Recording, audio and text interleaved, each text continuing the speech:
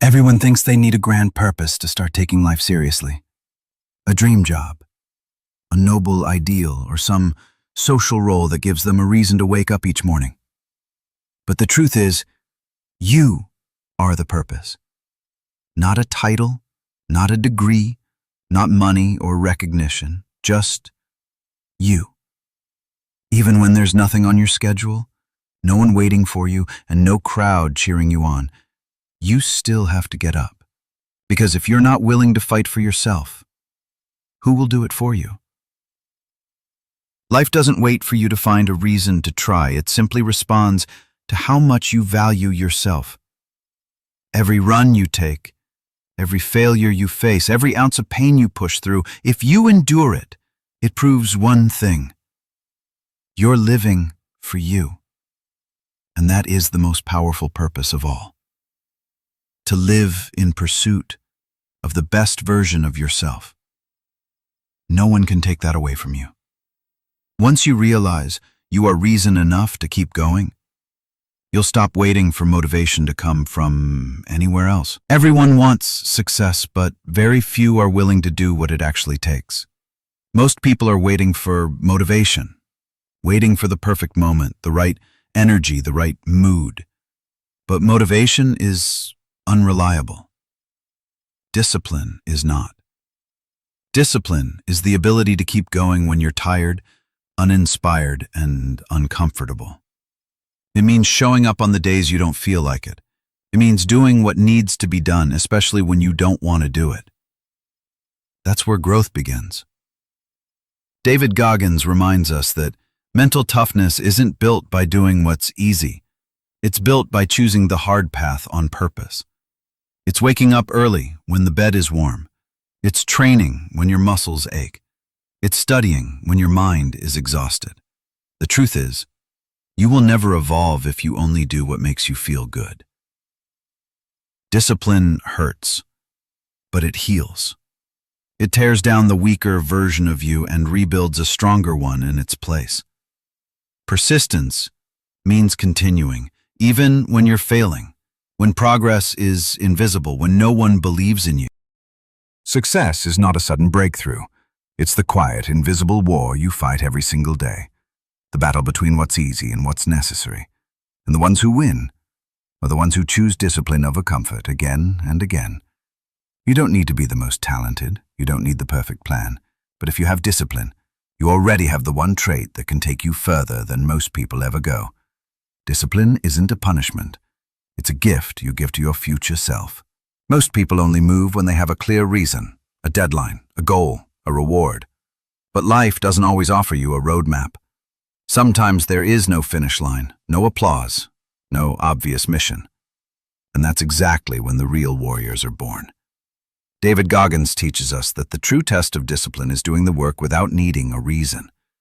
If you only train when you're motivated, you'll never be ready when life hits you unannounced. The truth is, purpose is powerful. But you can't depend on it to act. You need to become the type of person who moves forward even in silence, even in uncertainty. Those who win in life are not the ones with the best plan. They are the ones who kept showing up when there was nothing pushing them but their own standard. Because when chaos comes, and it always does, you won't have time to prepare. You either are ready or you're not. So train when no one's watching. Push when there's no finish line. Because one day life will test you. And only those who fight without needing a reason will survive. One of the hardest truths in life is this. No one is coming to save you. Not your parents, not your friends, not your favorite author or motivational speaker. You can read every book, listen to every podcast, attend every seminar. But if you don't act, if you don't take responsibility, nothing will change. David Goggins makes this painfully clear. You have to be your own rescue. Because the people you admire can't do the work for you. They can inspire, but they can't fight your battles. True change doesn't happen through consumption. It happens through confrontation, facing your habits, your excuses, your trauma, your laziness. And only you can do that. That's why Goggins says, you have to go inside yourself. You are both the problem and the solution. You're both the victim and the warrior. This mindset is brutally honest, but it's also incredibly freeing. Once you stop waiting for someone to pull you up, you realize you've had the power all along. You can become the person you needed. You can be your own example. And that's when everything shifts. Not because someone saved you, but because you decided to fight back. No one else can make that decision. It has to come from you. That's where the real transformation begins. One of the most powerful tools David Goggins teaches is the accountability mirror. The idea that real growth begins when you look yourself in the eye and face the truth. Not the version of you that the world sees, not the excuses you tell others, but the raw, unfiltered truth. That you're not giving your best, that you're hiding from your potential, that you're lying to yourself every day. And it hurts. But that pain is necessary, because you can't fix what you refuse to face. Goggins says the mirror doesn't lie. It reflects your choices, your effort, your standards. Most people avoid this level of honesty because it's uncomfortable, but staying comfortable is exactly why so many stay stuck. True strength isn't built by pretending everything's fine. It's built by confronting what's broken. When you stop sugarcoating your weaknesses and start owning them, that's when the transformation begins. That's when you start building real self-respect. The mirror is harsh, but it's fair. It won't judge you, but it will expose you. And that exposure is where freedom begins. Because you can't change what you don't acknowledge. Look deeper and face it. Taking souls is one of the most intense, powerful concepts David Goggins teaches, and it has nothing to do with ego or revenge. It's about breaking the will of whatever is trying to break you. It means pushing so far beyond what's expected that your presence alone becomes a challenge. While others slow down, give up, or hope for mercy, you rise. You keep going, not because it's easy, but because you refuse to be broken. Taking souls happens in the moment when someone realizes they can't shake you, can't wear you down. You're still standing, you're still moving, you're still fighting. And that reality drains them.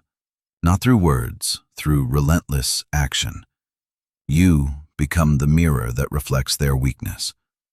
This mindset isn't just for athletes or soldiers. It's for anyone who refuses to quit. At work, in school, in life. The goal isn't to beat others. It's to become so unshakable, so committed, that obstacles start to crumble around you. Goggins doesn't just teach us how to survive pain. He shows us how to use it as fuel to dominate.